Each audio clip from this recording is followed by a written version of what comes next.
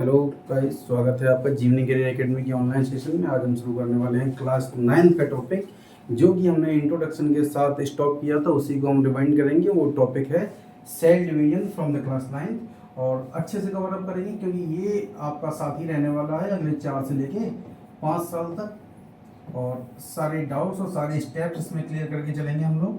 वो बात करते हैं सेल डिवीजन की। सेल डिवीजन होता क्या है? सेल डिवीजन का मतलब होता है कि grow the cells by the multiplication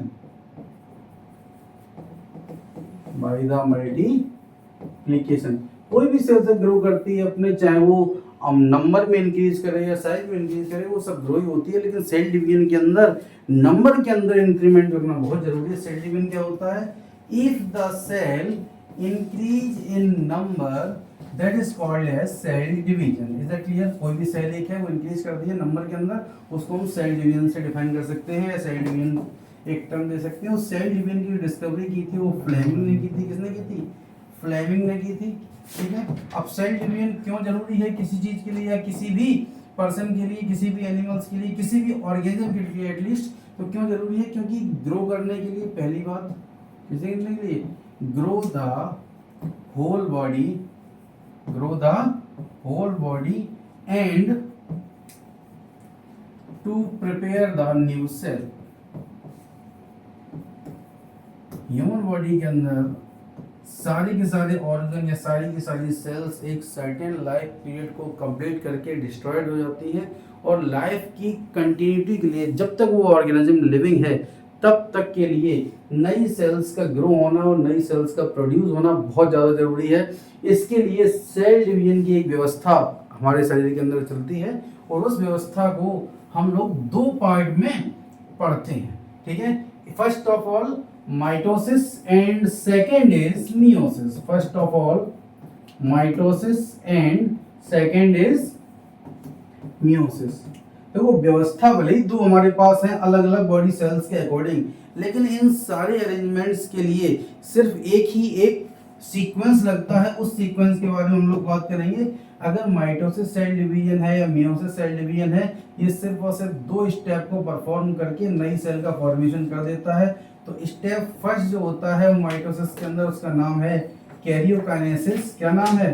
karyokinesis. और स्टेप सेकंड का जो नाम है उसको हम लोग बोलते हैं cytokinesis. Is that clear? I hope आप लोगों को समझ में आ रहा होगा कैरियोकाइनेसिस किसको बोलते हैं और साइटोकाइनेसिस किसको बोलते हैं। ठीक है। अब कैरियोकाइनेसिस को हम लोग बोल सकते हैं न्यूक्लियर डिवीजन। क्या बोलते हैं? Nuclear division. और साइटोकाइनेसिस को हम लोग बोलते हैं साइटोप्लाज्म डिवीजन। क्या बोलते हैं? Cytoplasm division. Is that clear? Karyokinesis, that is called as the nuclear division, and the cytokinesis is called as the cytoplasmic division. ठीक है। तो दोनों के दोनों स्टेप, चाहे वो कैरियोकाइनेसिस हो और चाहे वो साइटोकाइनेसिस हो, अल्टरनेटली एक के बाद एक रिपीट होते रहते हैं, और हमारी सेल्स कंटिन्यू डिवाइड होकर बॉडी को ग्रो भी करती है और अपने लाइफ स्पैन को कंप्लीट करके नई सेल का प्रोडक्शन भी वो रखती है। ठीक है। तो इसी क्रम में हम सबसे पहले हम लोग बात करेंगे कि माइटोसिस और मियोसिस सेल डिवीजन, 2 अलग अलग सेल डिवीजन की हमको नीड पड़ी क्यों? जब बॉडी में सारी सेल्स हैं तो एक डिवीजन से भी काम हो जाना चाहिए था, लेकिन ऐसा नहीं होता है। क्योंकि कई बार हम जो सोचते हैं, जो देखते हैं, हमेशा वैसा नहीं होता। उसके पीछे कुछ और ही कहानी चल रही होती है। तो यहाँ पर ही वही है, कुछ और ही कहानी यहाँ पर चल रही है। सबसे पहले हम बात करेंगे माइटोसिस सेल डिवीजन के अंदर। माइटोसिस सेल डिवीजन हमारी बॉडी की केवल और केवल सोमैटिक सेल्स के अंदर परफॉर्म होती है। किसके अंदर होती है? सोमैटिक सेल्स के अंदर। अब हमको की कैसे पता लगेगा भाई सोमैटिक सेल्स कौन सी हैं? तो सोमैटिक सेल्स जो होती हैं, इनको एक कॉमन नाम हम लोग दे सकते हैं, बॉडी सेल्स। क्या दे सकते हैं? Body cells. अब कोई भी सेल्स जो हमारी बॉडी को ग्रो करने में हेल्प करती है, उसको हम लोग क्या बोलते हैं? बॉडी सेल्स बोलते हैं। और इन्हीं बॉडी सेल्स को एक स्टैंडर्ड नाम दिया गया है, जिसको हम लोग बोल सकते हैं सोमैटिक सेल्स। अब सोमैटिक सेल्स क्या क्या होती हैं? जो बॉडी को ग्रो करें। किसको ग्रो करें? बॉडी को ग्रो करती हैं। ठीक है। अब जैसे माइटोसिस सेल डिवीजन के अंदर हमको पता है कि एक सेल जो होती है वो ग्रो करती है और डिवाइड करके 2 सेल्स बना लेती है। ग्रो करती है, डिवाइड करके 2 सेल्स बना लेती है। ये होती है, जैसे इसका जो क्रोमोसोमल कंटेंट है वो 2n है, तो जो भी डॉटर सेल्स बनेंगी उनका भी क्रोमोसोमल कंटेंट क्या होगा, 2n होगा। Is clear? यहाँ तक समझ में आ रहा होगा। अब एक सेल और से डिवाइड होके दो सेल बनी है, तो इन दोनों सेल को परफॉर्म होने में हमने यहाँ पर दो स्टेप परफॉर्म किए। पहला था karyokinesis and second is cytokinesis. Is that clear? और ये हमने देखा है कि अपनी जो मदर सेल्स थी उसी की आइडेंटिकल ट्विंस होती हैं हमारे क्या, डॉटर सेल्स, क्योंकि यहाँ पर क्रोमोसोमल कंटेंट है इक्वल रहता है। क्या रहता है? इक्वल रहता है। जितनी भी मदर सेल होती हैं उनसे जो भी डॉटर सेल प्रोड्यूस होंगी उन सबका क्रोमोसोमल कंटेंट सेम रहता है। तो इसीलिए हम लोग माइटोसिस को एक नया नाम देते हैं, जिसको हम लोग बोलते हैं इक्वेशनल डिवीजन। क्या बोलते हैं? Equational division. Is that clear? ठीक है। अब जब कैरियोकाइनेसिस की हम लोग बात करते हैं कि कैरियोकाइनेसिस जो होता है उसमें न्यूक्लियर डिवीजन होता है। क्या होता है? न्यूक्लियर डिवीजन होता है। तो कैरियोकाइनेसिस के अंदर 4 स्टेप आते हैं। कितने स्टेप आते हैं? कैरियोकाइनेसिस के अंदर 4 स्टेप आते हैं। First of all prophase, second is metaphase, third is anaphase and last one is telophase. For example यहाँ पर कोई क्रोमोसोमल कंटेंट है हमारे पास, सपोज दैट हमारे पास एक क्रोमोसोमल पेयर है XX। अब ये X और X क्रोमोसोम का जो पेयर है इन 4 के चारों स्टेप को परफॉर्म करते हुए आगे जाकर अपने समान ही सेम एज इट एक और पेयर का फॉर्मेशन कर देगा, और ये सारी की सारी स्टेप होती है, उसका नाम है प्रोफेज, मेटाफेज, एनाफेज और टीलोफेज। प्रोफेज के अंदर होता क्या है, मेटाफेज के अंदर क्या होता है, एनाफेज के अंदर क्या होता है और टीलोफेज के अंदर क्या होता है। तो सबसे पहली बात, जो प्रोफेज के अंदर जो होता है, जो भी हमारा क्रोमोसोमल कंटेंट होता है ये क्रोमोसोम के फॉर्म में आ जाता है, तो हम कह सकते हैं डीकंडेंस्ड हो जाता है। क्या हो जाता है? जो क्रोमोसोमल कंटेंट है क्रोमोसोम के फॉर्म में विजिबल हो जाता है।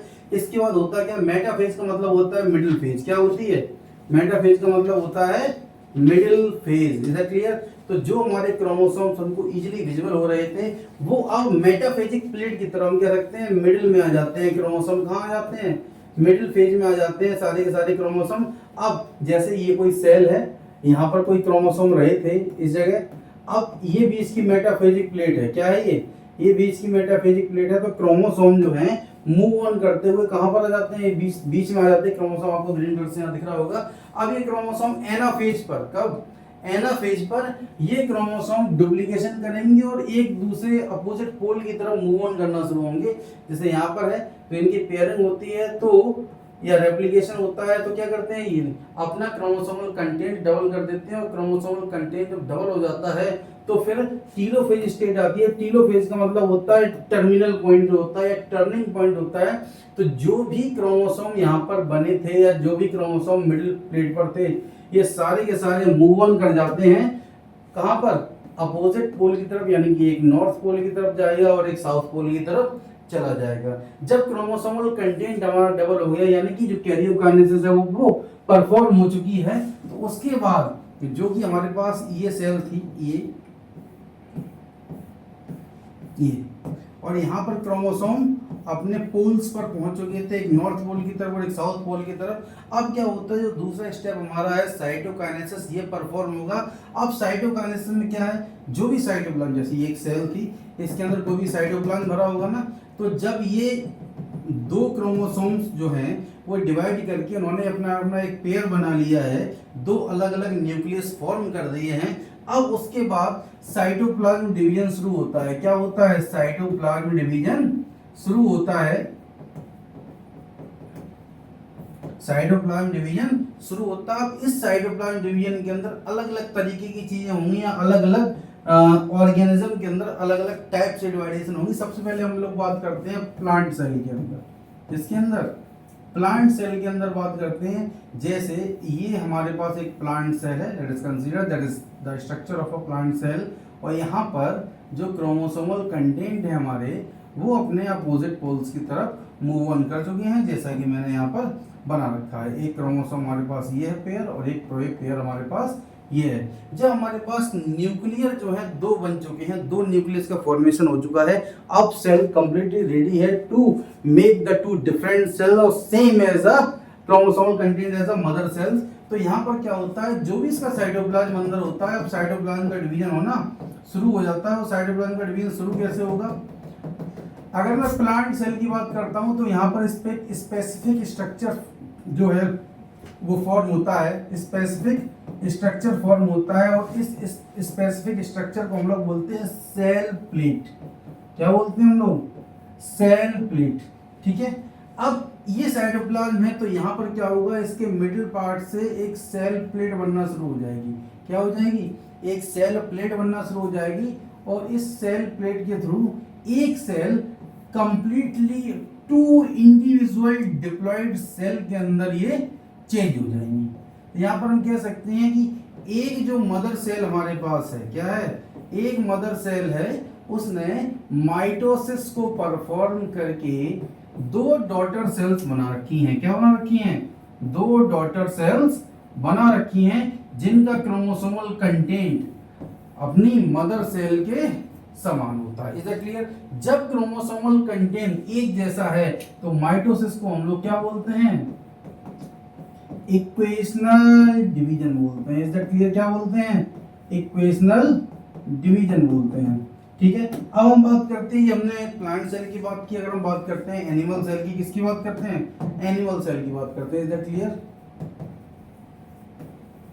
देखिए प्रोसेस वही है, चाहे एनिमल सेल हो चाहे प्लांट है, प्रोसेस वही है, लेकिन स्पेसिफिक स्ट्रक्चर की जहां तक मैंने बात की है, स्पेसिफिक स्ट्रक्चर चेंज होते रहेंगे। इसलिए जो एनिमल सेल है, मैं फिर से वही स्ट्रक्चर यहाँ पर बनाऊंगा जो कि अभी हमने प्लांट सेल के अंदर बना रखा था। जैसे ही हमारे पोल्स हैं, जो कि क्रोमोसोमल कंटेंट जहां पर पहुंच चुका था पहले से ही, और यहाँ पर क्या था, एक क्रोमोसोमल कंटेंट यहाँ पर था और दूसरा क्रोमोसोमल कंटेंट यहाँ पर था। मतलब क्रोमोसोम ऑलरेडी डिवाइड हो चुके हैं। मैंने आपको स्पेसिफिक स्ट्रक्चर के बताने के लिए दोबारा से मैंने ये चीज की है। तो एनिमल सेल होता है, तो एनिमल सेल के अंदर एक स्पेसिफिक स्ट्रक्चर फॉर्म होता है। इस स्पेसिफिक स्ट्रक्चर को हम लोग बोलते हैं सेल फरो। क्या बोलते हैं, सेल फरो। अब सेल फरो क्या होता क्या है, क्योंकि इससे पहले तो प्लांट सेल के अंदर सेल प्लेट का फॉर्मेशन हुआ था, यहाँ पर सेल फरो का फॉर्मेशन होगा। अब वो कैसे होगा ये देखते हैं। तो जो भी हमारी प्लाज्मा मेम्ब्रेन है, क्या है, क्योंकि एनिमल सेल के अंदर सेल वॉल तो होती नहीं है, तो यहाँ पर एनिमल सेल के अंदर जो भी प्लाज्मा मेम्ब्रेन है, आप कह सकते हैं जो भी ये सेल की लेयर है या आउटर कवरिंग है या इंटेग्यूमेंट है, तो होता क्या है, ये जो सेल की जो लेयर है ये मिडिल पार्ट से अंदर की तरफ क्या करती है, अंदर की तरफ फोल्ड होना शुरू होती है। क्या है, इनफोल्डिंग्स होते हैं। क्या होते हैं, इनफोल्डिंग्स इन सेल मेम्ब्रेन या plasma membrane. Is that clear. देखिए यहाँ पर सेल मेम्ब्रेन बोला है, क्यों कंफ्यूज मत होना, क्योंकि सेल वॉल मैंने यहाँ नहीं बोला, यहाँ सेल मेम्ब्रेन बोला है। चाहे तो आप प्लाज्मा मेम्ब्रेन कंसीडर कर सकते हैं या सेल मेम्ब्रेन कंसीडर कर सकते हैं। तो होता क्या है कि जो बने हुए हैं ये इनफोल्डिंग्स को एक नाम देते हैं, इनको हम लोग बोलते हैं सेल फरो। क्या बोलते हैं, सेल फरो। अब इस सेल फरो के थ्रू होता क्या है, ये सेल फरो धीमे धीमे ग्रो करते हैं और एक टाइम ऐसा आता है ये सेल फरो इतने ज्यादा बड़े हो जाते हैं कि वो दो सेल्स का फॉर्मेशन कर देते हैं। ये फोल्डिंग्स इतनी ज्यादा प्रोजेक्शंस के काम करती हैं जिसकी वजह से ये फिंगर लाइक प्रोजेक्शंस बनाती हैं और एक टाइम पर साइटोप्लाज्म को दो पार्ट के अंदर डिवाइड कर देती हैं, जिससे हमको इंडिविजुअली दो एनिमल सेल्स मिल जाती हैं जिनके अंदर क्रोमोसोमल कंटेंट जो है वो अपनी मदर सेल के समान ही होता है। क्योंकि मैं बार बार बता रहा हूं, बच्चे बहुत ज्यादा कंफ्यूज होते हैं, इसको हम लोग इक्वेशनल डिवीजन बोलते हैं। क्या बोलते हैं, इक्वेशनल डिवीजन बोलते हैं। और हमने जब बताया था कि भाई ये जो डिवीजन है, यानी कि जो माइटोसिस है हमारा, माइटोसिस होता कहाँ है, तो हम बात करते हैं जो माइटोसिस है ये हमारी बॉडी सेल्स के अंदर होता है। बॉडी का मीन्स क्या, बहुत ज्यादा बच्चे कंफ्यूज कर जाते हैं कि सर हमारे रिप्रोडक्टिव ऑर्गन है। भाई रिप्रोडक्टिव ऑर्गन है तो आएंगे तो बॉडी के अंदर ही, रिप्रोडक्टिव ऑर्गन भी तो बॉडी ही है, और क्या है वो, ठीक है। बॉडी के अंदर कोई भी ऑर्गन हो, चाहे हेड हो, चाहे लेग हो, चाहे रिप्रोडक्टिव ऑर्गन हो, स्टमक हो, कुछ भी हो, any organs present in human body is are diploid in condition, diploid in condition, उसका क्रोमोसोमल कंटेंट 2n ही है। तो जितने भी बॉडी है, ये बॉडी क्या हम कह सकते हैं, जितने भी बॉडी पार्ट्स हैं, क्या हैं, जितने भी बॉडी पार्ट्स हैं, इन बॉडी पार्ट्स के अंदर जो भी डिवीजन होगा उसको हम लोग क्या बोलेंगे, उसको हम कहेंगे माइटोसिस। सेल डिवीजन थे, हमने कहीं ना कहीं हम लोग 1-1 फुट के पैदा हुए थे, आज हम लोग 5-5, 6-6, 7-7 फुट के हो रहे हैं। क्यों हो रहे हैं? क्योंकि उसका रीजन क्या है, उसका रीजन कहीं ना कहीं क्या है, सेल डिवीजन है। क्योंकि हम लोगों ने ब्लड वाले चैप्टर में पढ़ रखा है, नहीं तो आप लोग पढ़ लेंगे। आपका अगला चैप्टर जो आएगा टिश्यू, उसमें आपको ब्लड के बारे में पढ़ने को मिलेगा, जहां पर आपको ये बताया जाएगा कि आरबीसी का अपना सर्टेन टाइम पीरियड है, 120 से लेके 125 डेज के बीच में इसका सर्टेन लाइफ पीरियड होता है। क्योंकि आप किसी को ब्लड डोनेट करें या ना करें, वो 125 दिन को कवर अप करने के बाद अपने कब्रिस्तान के अंदर, इसको हम लोग स्प्लिन बोलते हैं, the graveyard of the RBC, वहां पर जाके वो खराब हो जाता है, डिस्ट्रॉय हो जाता है, नष्ट हो जाता है, बिल्कुल वो आपके किसी काम का नहीं रहता है। तो आप यूज करें उसका या ना करें, वो उसको अपना लाइफ स्पान कवर अप करके वो खराब हो ही जाना है। तो ये हमारी बॉडी के अंदर जितनी सेल्स हमारे बर्थ के समय थी, उसमें से 99% सेल तो सारी की सारी खत्म ही हो जाती हैं, क्योंकि वो हर बार ग्रो कर करके नया सेल्स बनाती रहती हैं। तो यहाँ पर एक कंफ्यूजन मत होना कि मैं यहाँ पर बॉडी की बात कर रहा हूँ, यानी कि रिप्रोडक्टिव ऑर्गन उसी में आते हैं, हेड उसी में आता है, लेग, मतलब all organ of the body, all organ of the body, is that clear? उन सबको हम लोग बोलते हैं सोमैटिक सेल। क्या बोलते हैं? सोमैटिक सेल बोलते हैं। ठीक है, इतनी चीज समझ में आ रही नहीं आ रही? तो सोमैटिक, अभी हमने क्या क्या डिस्कस किया, एक रिव्यू लेते हैं उसका पॉइंट का। सबसे पहले हमने बात किया सेल डिवीजन के अंदर, सेल डिवीजन में हमने 2 चीजें बताई, माइटोसिस और मियोसिस। आज हमने डिस्कस किया केवल और केवल माइटोसिस के बारे में, जो कि परफॉर्म होता है हमारी सोमैटिक सेल्स यानी बॉडी सेल्स के अंदर। और जहां तक मैं बात अगर बॉडी सेल्स की करता हूं, तो बॉडी के अंदर सारे ऑर्गन्स हमारी बॉडी के अंदर ही आते हैं, जिनके पास क्रोमोसोमल कंटेंट अपनी मदर सेल के इक्वल ही होता है, इसलिए इसको हम इक्वेशनल डिवीजन कहते हैं। Is that clear? I hope आप सब लोगों को समझ में आ गया होगा। आप लोग अपने कमेंट्स इस वीडियो के नीचे भेज सकते हैं, जिससे आप लोगों के डाउट इजीली कवर हो जाएंगे। आज के लिए थैंक यू, मिलते हैं नई क्लासेस के अंदर।